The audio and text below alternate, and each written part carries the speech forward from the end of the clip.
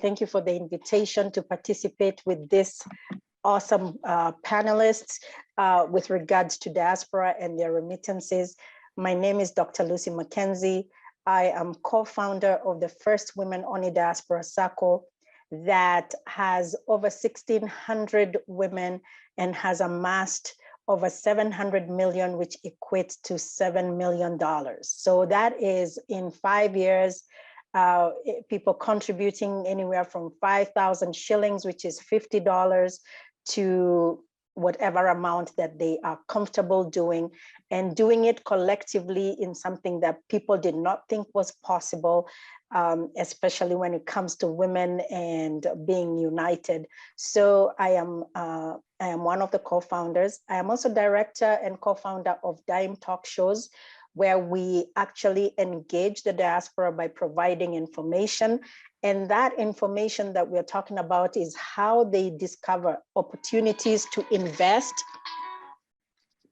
in Kenya and Africa, as well as noting that many times us in the diaspora, we do not get all the information on the different avenues where we can invest. So the Dime Talk Shows has been an avenue where we have been able to engage the diaspora by bringing guest speakers from different sectors to open the eyes of the diaspora that land is not the only investment vehicle that the diaspora can get into.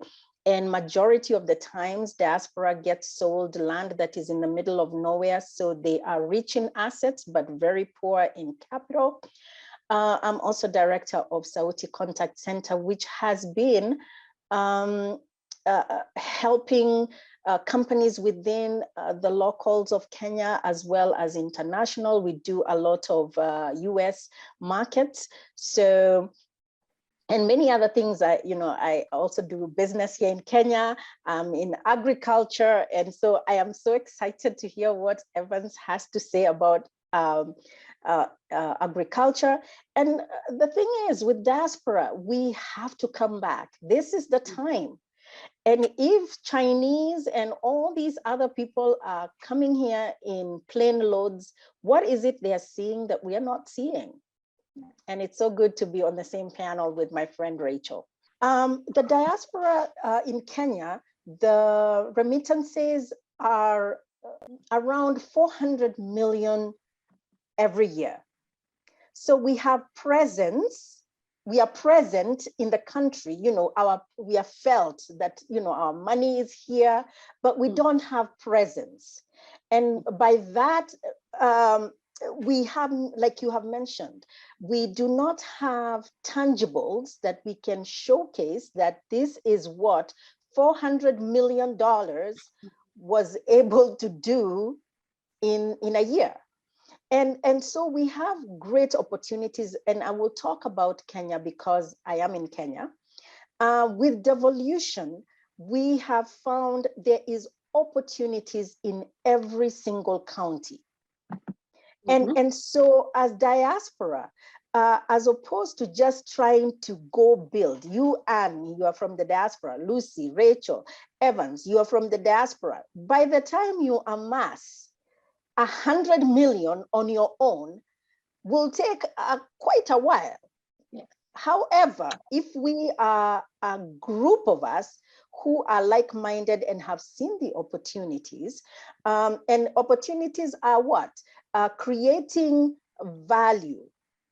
So when you come to a county in Kenya, ugali, which is a staple food, which is made of flour, so you need to grow a lot of maize. We can start factories and be able to grind this maize meal, because it is not only going to be food, but it is also going to create opportunity, a job opportunity for somebody. It's going to create, the farmer doesn't have to transport their maize all across to another county. It can be within the same county. So collectively, we can do so much, as opposed to trying to do this one big thing by ourselves. And yet, remember, the longer it takes us to collect this 100 million to establish a factory, the value of money is changing. The rate of inflation is going up. So, but if we are doing it collectively and all of us, you bring your 100,000, I bring mine, somebody else brings theirs, you will quickly be able to crowdfund for that project. You will be quick to be able to get the expertise, because we are coming from the diaspora. We have all these people at our disposal. We have met all these other companies that we have worked for, or are aware that they exist in the countries where we reside, and created partnerships. So as diaspora, we can become present, that when they talk about our remittances, they cannot just talk about it in a lackadaisical manner. They will talk about it with because of the impact we are creating.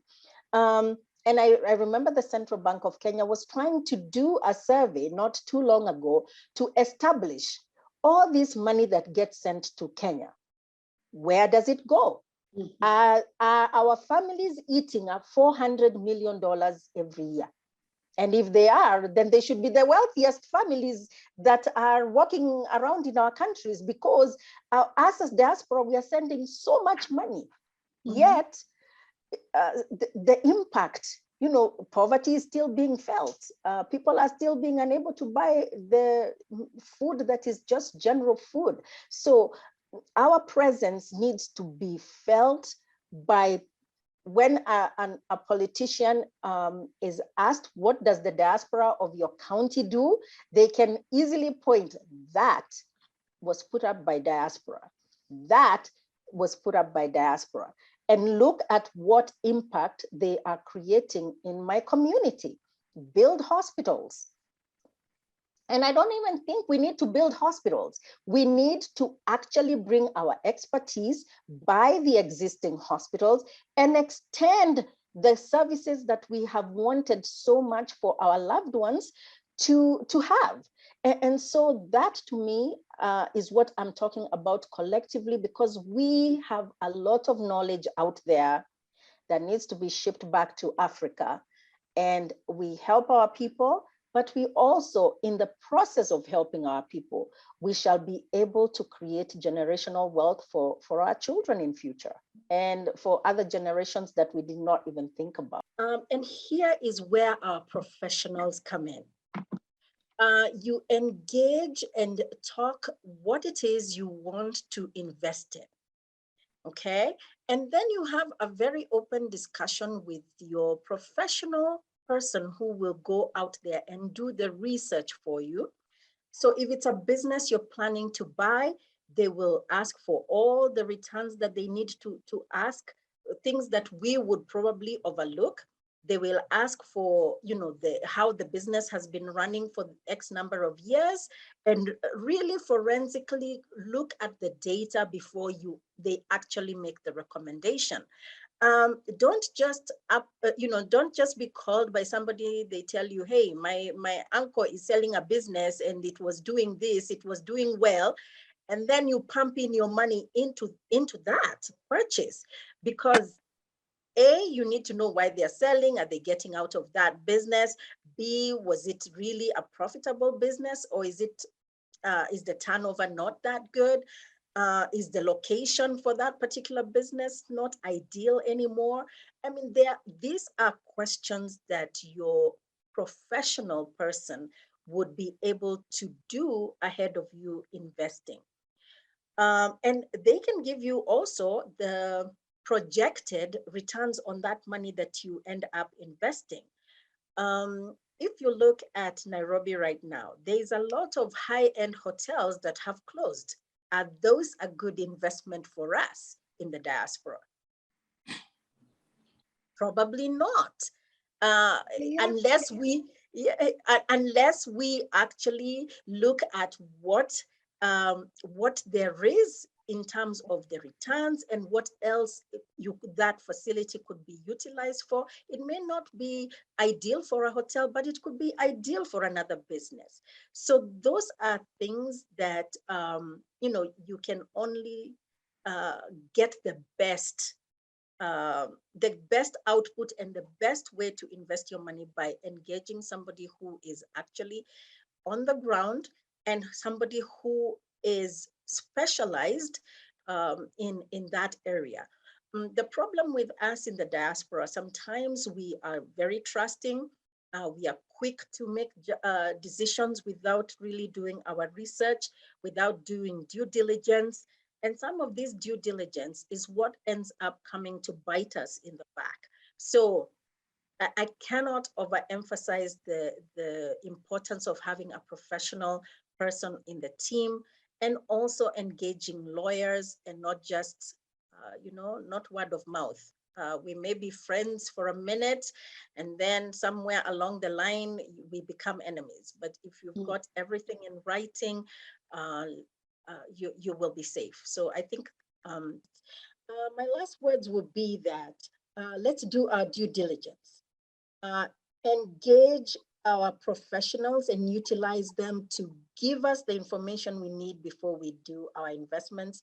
Make sure we file our taxes, even when we're in the diaspora, because if you do eventually want to come and settle here, or you want to do things in future, you don't want to have any tax burden that is just hanging around you. The other thing is for us to seize the opportunities when they come our way. Let us not be so learned that we kill everything with our thoughts and our imagination. And then we need to have our African pride. Let us market Africa when we are out there. Let people know that Africa is a beautiful place and with beautiful products. Let's wear, if it's the clothing, let us wear it with pride and show off our garments, which are beautiful, especially, we have West African clothes that have so much style. So let's wear our products in style, and let's also take time to really engage, especially in Kenya now that the counties are open. Look for opportunities everywhere, look for the gaps, and let us provide a solution, because we can. Thank you again, Anne, for having me on this panel, and it's been an honor being with you, Evans and Ms. Rachel, discussing how our remittances can create wealth in Africa. Right, thank you, Dr.